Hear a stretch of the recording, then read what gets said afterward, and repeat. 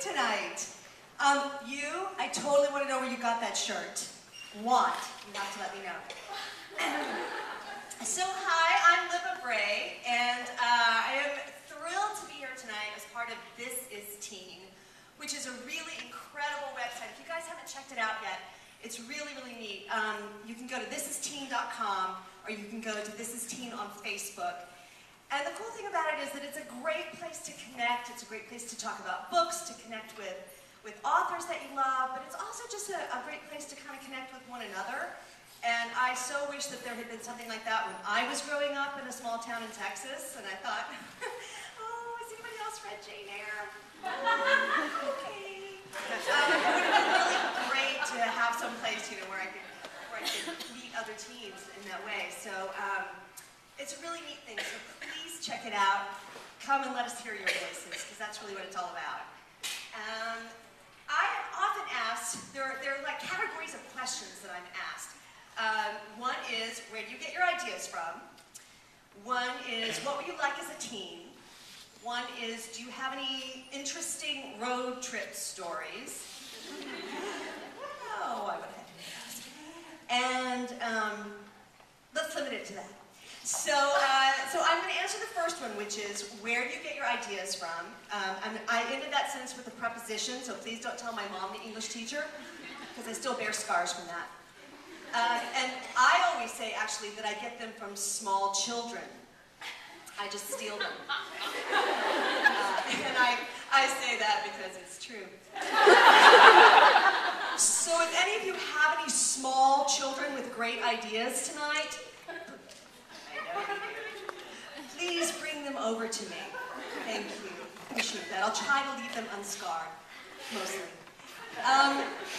Another question I'm asked is, what were you like as a teen? And because this is teen, and because the minute I stepped into this middle school, I began to feel a little queasy. And I felt like, like the retainer was growing back on my teeth. And I'm like, Mrs. Brewer, I'm not sure that I understand what you're saying about the Civil War. So it's kind of doing a number on me. And also, I have the privilege tonight of having my very best friend in the entire world, who's been my best friend since I was 13 years old, sitting in the audience tonight. So, Miss Eleanor and my goddaughter Lily. Eleanor, please report to Mr. Glasscock's office. Smellanor. So I thought that maybe it would be appropriate, since we're here in this middle school auditorium that makes me feel a little queasy, and my best friend in the whole world since I was 13 is here, to tell you stories of teen humiliation. Fortunately, I have a wealth of them from which to choose. See, I used proper grammar that time. I want points. So I was always doing kind of like random things, and things like one time Eleanor and I decided, for no reason at all, to walk around our neighborhood dressed as Kiss. Right?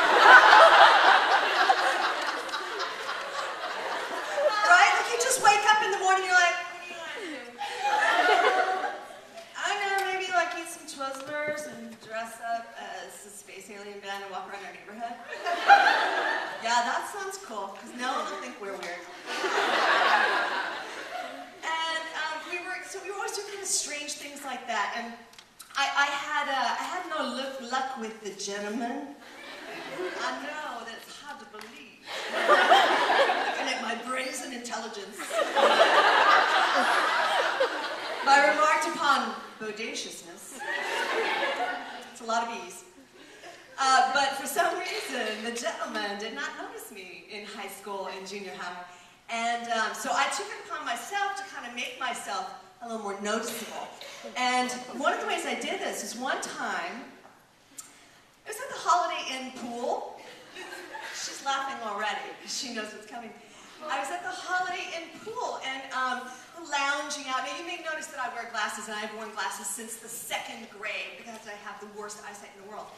And so we're lounging on these chairs, and it's like the guys come in, and it's like you can feel the wind machine, and you can hear the ba-da-dum, ba-da-dum, ba-da-dum, ah. And they come in, and I'm like, ooh, testosterone. And so I'm like sitting there in my like Sears vest, polyester suit, that I'm kind of like having to, figure out how to get the wedgie out. Basically, like, that's always a good one. And so I say to Eleanor, like, I'm gonna make them notice me. And she's like, you're gonna make them notice you, all right? What are you gonna do, dork? And I'm like, no, I learned this on TV. It's gonna be awesome. It's gonna work. It's gonna work. So she's like, right, your funeral. And so I had seen this ad that was on TV at the time for Bain de Soleil for the Central Ten. And in the commercial, the woman dives into the pool and she swims like this, like French people do. And then, because she is also French, so she doesn't care what happens. She pops up out of the water like this.